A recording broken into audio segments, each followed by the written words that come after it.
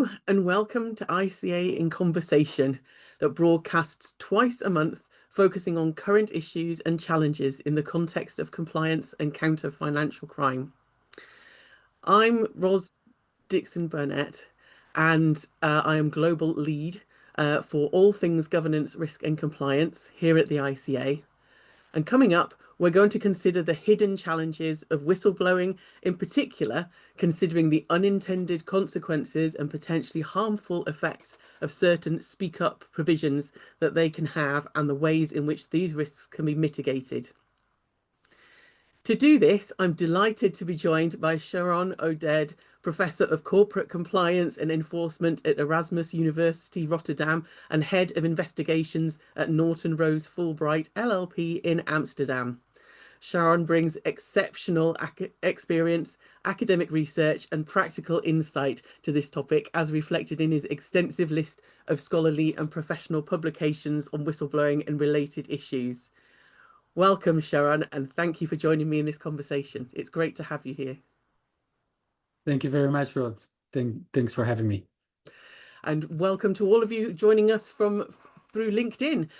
We'd really encourage you to get involved. I've got the comments section kind of up to my left, so I'm hoping that you'll be engaging with us throughout the conversation, which we'll have for about 20 minutes. And then that's going to leave us about 10 minutes at the end for some questions and answers. So again, please make sure that you've got all your burning questions and pop them in the comments for us, and we'll pick those up towards the end. A fascinating topic. I'm not quite sure how we're going to squeeze it into only 20 minutes, but we'll give it a good shot. So let's kick off then. I mean, we're starting from a position of, everybody's heard of whistleblowing, everybody's heard of, speak up. But actually, it's slightly different, isn't it, in different jurisdictions, different industries, despite the provisions being well established. Just to give us a little bit of context here, Sharon, can you just kind of set out a little bit of background and the requirements and enforcement around whistleblowing? Of course, I would love to. So essentially, whistleblowing is a very important, crucial tool for enforcement against corporate crime, and many jurisdictions understood that, and therefore, in many jurisdictions across the world, we see attempts to encourage whistleblowing. At the end of the day, whistleblowing is, especially in violations which are hard to detect, is a tool that brings the relevant tips to the authorities and therefore, allowing them with lower costs to enforce the law. But as you said, it's true that we see different approaches in different jurisdictions to the encouragement of whistleblowing. If you take the example of the European Union, so the European Union, with a directive which was issued a couple of years ago and then implemented throughout member states, has taken a very clear approach of aligning a standard of whistleblowing channels and regulatory requirements across Europe. And then that would essentially include process-oriented requirements of channels and feedback and timelines and so on, next to a very clear protection against retaliation. So making sure that those we want to encourage to report feel safe and protected, and therefore hopefully would come and blow the whistle. In the United States, we see a somewhat different approach, which is currently also being considered in the UK, and that's the bounty system, which was adopted already a couple of years ago by the SEC, and last year we see also a pilot program by the DOJ. Those programs are essentially providing financial rewards in certain circumstances and so on, but they are providing financial rewards as an encouragement mechanism for whistleblowers to come forward. Obviously, both jurisdictions want to reach the same thing, which is encouraging people to speak up. But you see that they chose to do that in a very different way. And of course, that also has a very different impact on corporations, on culture, and on potential reporters. Yes. Yeah, absolutely. Absolutely. It's interesting to think about what that means for your culture and your business, isn't it? That, essentially a third party, your regulator, for example, is potentially paying your staff to tell on you. And, if that drives, what kind of behavior that drives within the firm itself. That's a fascinating thing to think about, isn't it? Absolutely. I think, what one would think, yeah, if there is an employee in the organization who is aware of misconduct, why don't we incentivize that person to come forward? So from a regulator perspective or enforcement perspective, that makes a lot of sense, because then, you may expose misconduct within the organization. And especially when you think of bribery, corruption, fraud type of violations that are hard to detect. But if you think of it from a corporate perspective, what impact that has, then what about the organization harmony? What about the erosion of trust within the organization? If the team sits together to take decisions which, take into account compliance, but then each one of them could be the person who's sufficiently motivated to go out and speak publicly, either with the authorities or with or even with the media. So there is an element of distorting motivations. So in that sense, when the financial motivation is sufficiently high, and again, when you look at recent years, the experience in the US, I think last year only there was more than $250 million paid to close to 50 whistleblowers. And in the case of 2 whistleblowers, it came close to $100 million that were paid to 2 individuals. These are cases where there might be sufficient interest and motivation to even, go with frivolous reports, with bad faith reports, because suddenly your internal motivation to get wealthier and to win the bounty could also distort some of your motivations. Yeah, absolutely. And it's interesting that you noted, one of the key parts about whistleblowing legislation being, protecting individuals from retaliation. And I think that we've probably seen a number of examples where that hasn't been able, for whatever reason, to be delivered. And so perhaps requiring that level of remuneration or reward for speaking up is something that we can understand, we can appreciate. No, I agree. There is essentially an element which is known also in the literature between the intrinsic as opposed to the extrinsic motivation.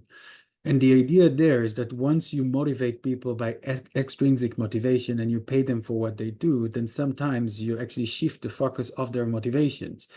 And when it comes to whistleblowing, I think what organizations try to achieve by nurturing a culture of compliance is to make people feel that reporting misconduct is the right thing to do.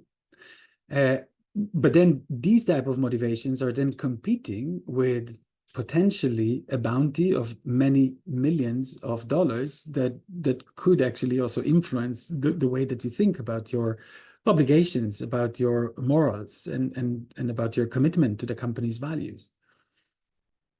Yeah, absolutely.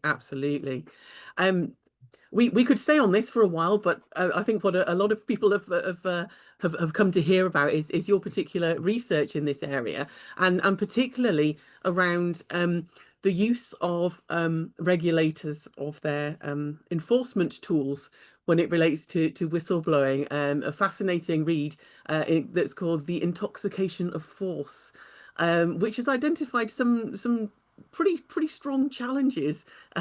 So could you just kind of give us a précis of what that identified? Of course, I would love to. So essentially, the notion of the intoxication of force starts from a very clear understanding that enforcement is needed. In many cases, the value of a law depends also on the enforcement mechanism that backs it off.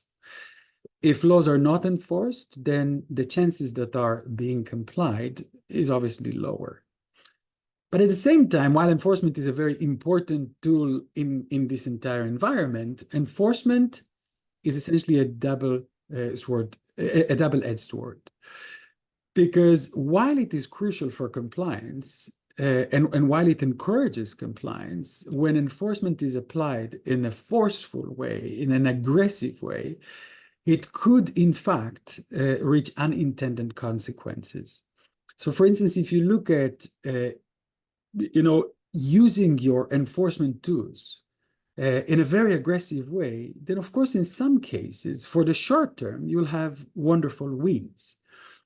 But then when you think about the longer term perspective of this enforcement, this is where the culture of compliance can lose. I'll take one very simple example. Mm-hmm. When you think of multi-jurisdictional enforcement, so essentially for the same set of facts, it happened often in the recent past that companies are subject to multi-jurisdictional enforcement, several authorities, sometimes simultaneously and sometimes one after the other, enforce essentially the law and hold a certain company under investigation and culpable. Mm. This type of phenomenon is essentially involved with a lot of uncertainty from a company's perspective. You know that with cross-border jurisdiction, with extraterritorial jurisdiction, it could be that a set of facts that happened in one jurisdiction leads to ability of multiple jurisdictions to actually go and enforce the case. But when you're facing uncertainty, and think about yourself as management of a company that needs to decide whether to voluntarily self-report. Even if you think that this is the right thing to do, there was a whistleblowing report and you've investigated the matter and you came to the understanding that things went differently than they should have. And now you want to take the responsible action of self-reporting it to the relevant authorities, but knowing that essentially you're entering into a world of an unclear future, and that this single report could in fact lead to multi-jurisdictional enforcement, which could take years long and bring the company into losses, reputation for the years and sometimes decades to come.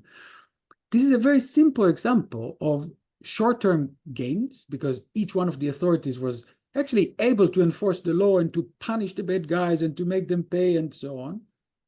But at the same time, when we think about the atmosphere that we create, there is a lower chance that other companies would actually step forward voluntarily and share their findings in internal investigations. Yeah, I can absolutely see that being the case. Yes. Yeah, and it's interesting because I was at the ICA webinar this morning and we were talking about the maturity of compliance. And I think really what we could also be talking about here is the maturity of the regulator as well, couldn't we? In terms of, actually this firm has identified it. It has processes that work well. They've identified, they've hopefully resolved, and actually, you're potentially impacting that firm 4 or 5 times for the same incident that they identified and they have already put right and then came to talk, then told you about. It seems counterintuitive to then be taking a really aggressive approach on that. I wonder in multi-jurisdictional terms if there's, I imagine, or I would hope that there would be different regulators would take a different approach, although I suppose they all have to be seen to be taking a stand, don't they? It's true. We see that different regulators would take different approaches, and this was essentially one of the main reasons also for the European Union to come with a directive, with the idea that prior to the directive, whistleblower protection was very different in different states. In some of the member states, it did not exist at all. And the idea was to create a certain level playing field, a certain minimum threshold for the protection of whistleblowers and so on. The directive was since implemented in all countries and so on. It's already operating. But what we see is that there is, as you mentioned, a very different level of maturity from different regulators, from different agencies. And sometimes the perceived maturity is somewhat excessive. I'll explain. So if you look, for instance, at the directive wishes to make sure that reporters have sufficient proximity to the ones that will be handling their report. And therefore, one of the requirements of the directive is that companies would have reporting channels in the subsidiaries or in the specific companies within the group, and not only a global channel for review of whistleblowing. So that means that the expectation is that for each, let's say, mid-sized to large-sized company within the group, there is a whistleblowing channel that is fully operating and assessing the whistleblowing reports that are coming in. I could understand, the wish, the motivation, it's all brilliant. But a question that I ask myself is, isn't there an over-engineering of the compliance framework? Because once you try to essentially dictate for companies what is the best way to address whistleblowing reports, you miss out on questions of efficiency, of consistency. There are a lot of companies that have a global reporting channel that is operating with a headquartered investigation team, supervised, working in consistency, having the relevant capacities.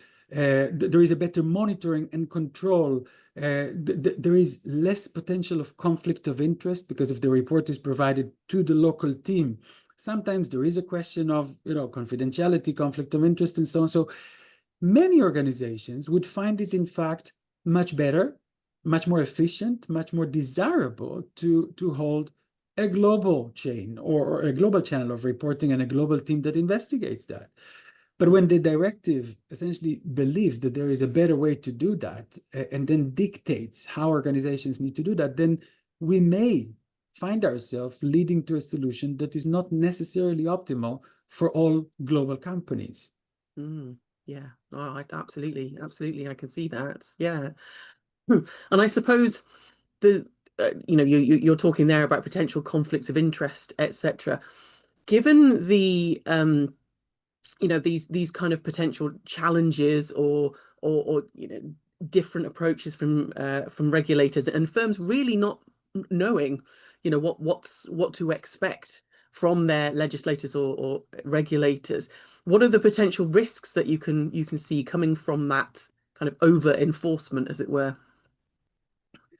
Yeah, I believe that the greatest loss is essentially the effectiveness of compliance, because what we try to achieve, I'll say it this way: enforcement is the means. Enforcement is not the goal, and we should not turn enforcement to become the goal. What we try to do is to make sure that companies that sometimes engage in misconduct or in violations take a responsible approach, that they address the issues, that they correct them, that they remediate the damages that were created, and so on. From our perspective, that is the social goal. And if you could reach that with minimum intervention, with minimum fines, with minimum disruption of the business, the better it is, right? My fear is that when enforcement is overly aggressive, when it is using the intoxication of force, then the outcome of that is we turn companies to become more check the box approach. We know what regulators expect from us, and therefore we will make sure that we are doing that. We train people and that we are able to show completion rates and so on.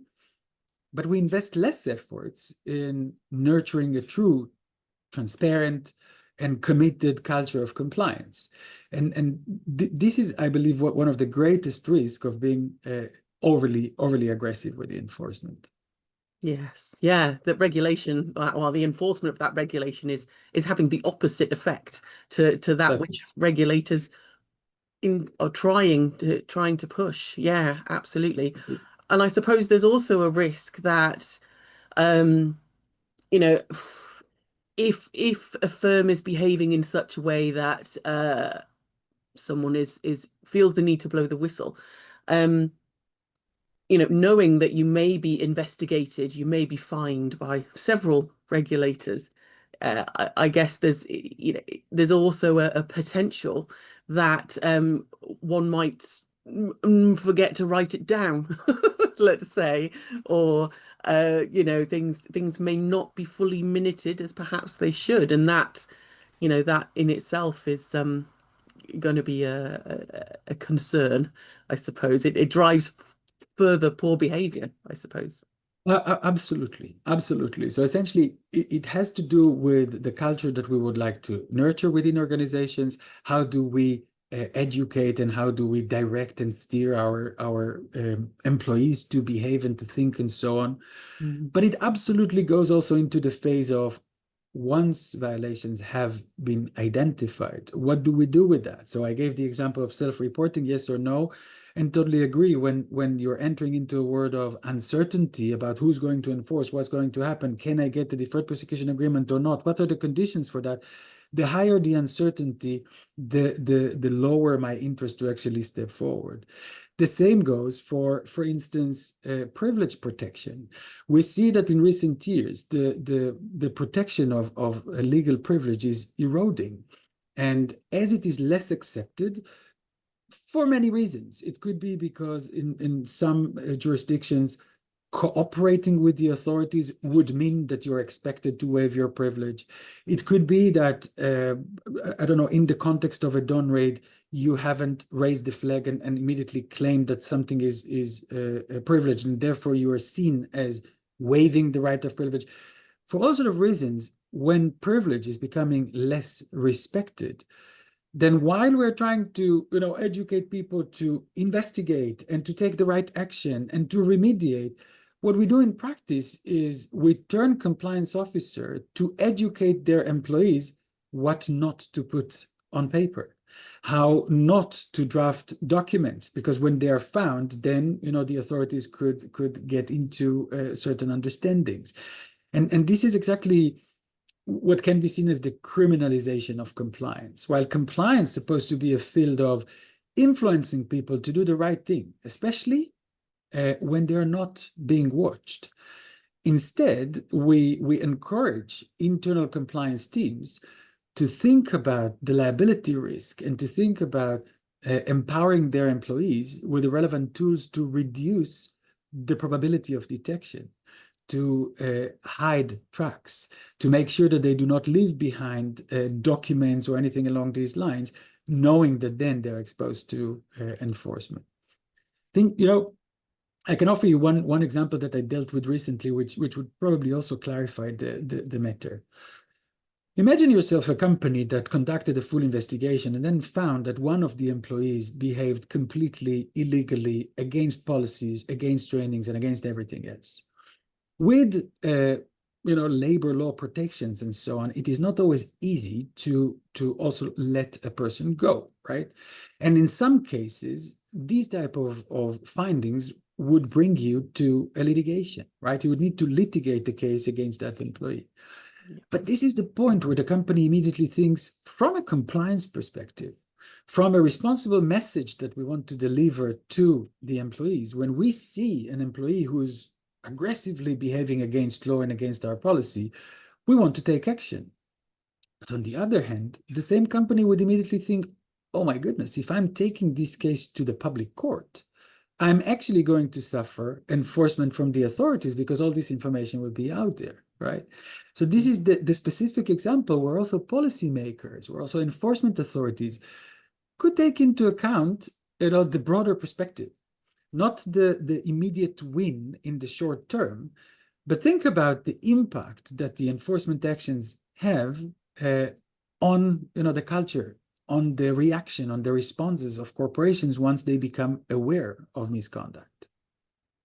Yeah, absolutely. And, entirely anecdotally, I suppose you become aware of any number of, people who leave and they're under NDAs and such like. And actually, sometimes it may well become profitable to be that person because, okay, I'm not going to take you to court, but you need to make it worth my while. Yeah, it's astonishing the type of conversations that you get involved in at a senior compliance level. These are absolutely the type of things. I remember thinking when I was a more junior compliance, well, if something's wrong, you just report it and the regulator will deal with it. And then you think, oh, that was so naive of me, when it Yes, comes to, absolutely. it's I would assume that nowadays it would not be completely strange to you to have a conversation with the chief compliance officer who would say, but do we really want to look into that?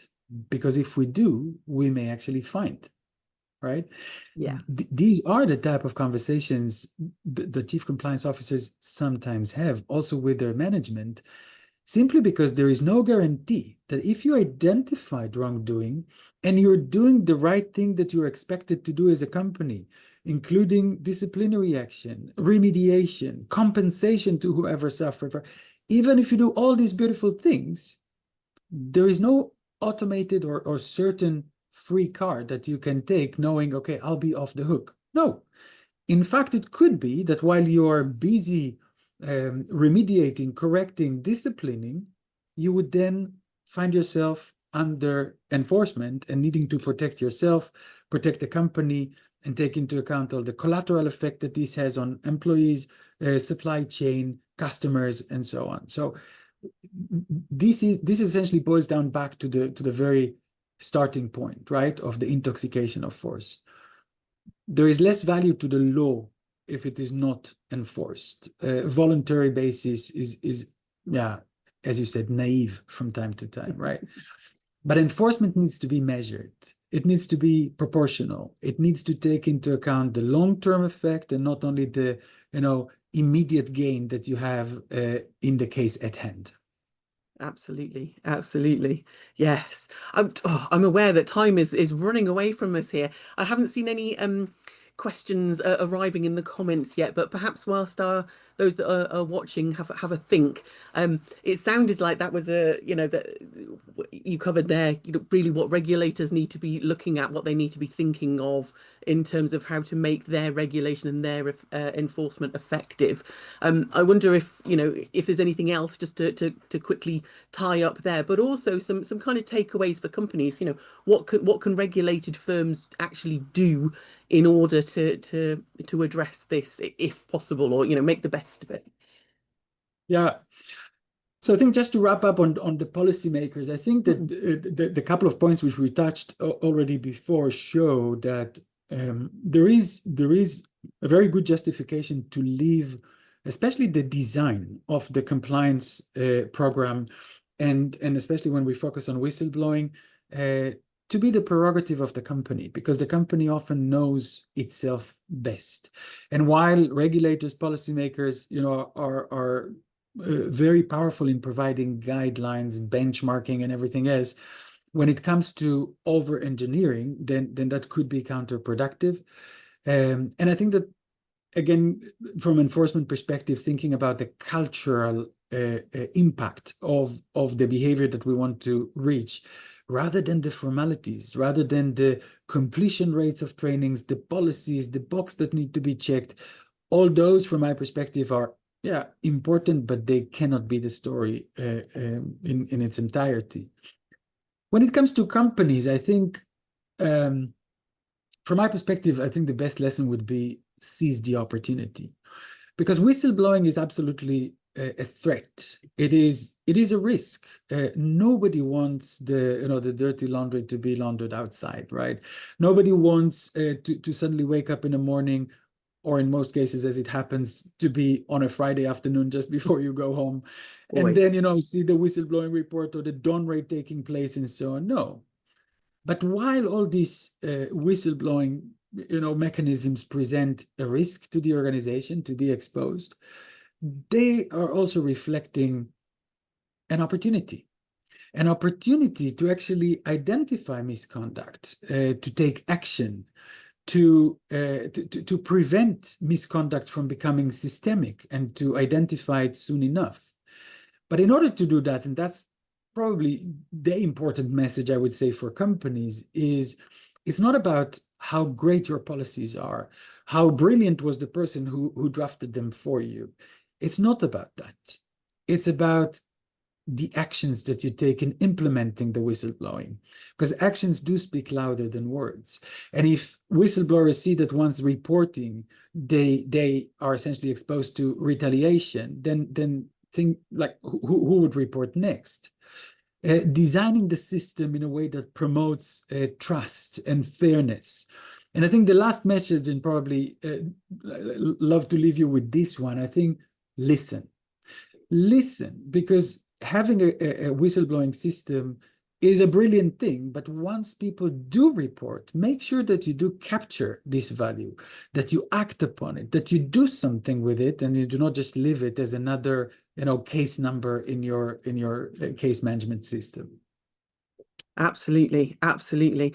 Oh, well, our time is up. Unfortunately, as I said, this could go on all afternoon, and I'm sure that you'd welcome people reaching out to you for more information on any of your Absolutely. research, which is fascinating. I highly recommend having a read. As it happened, we didn't have any questions, but I think that's probably because you so eloquently addressed the topic. So I really want to thank you for your time today, Sharon. Thank you so much. It's been fascinating. And thank you to everyone who has joined us today. So thank you very much, and we will see you next time.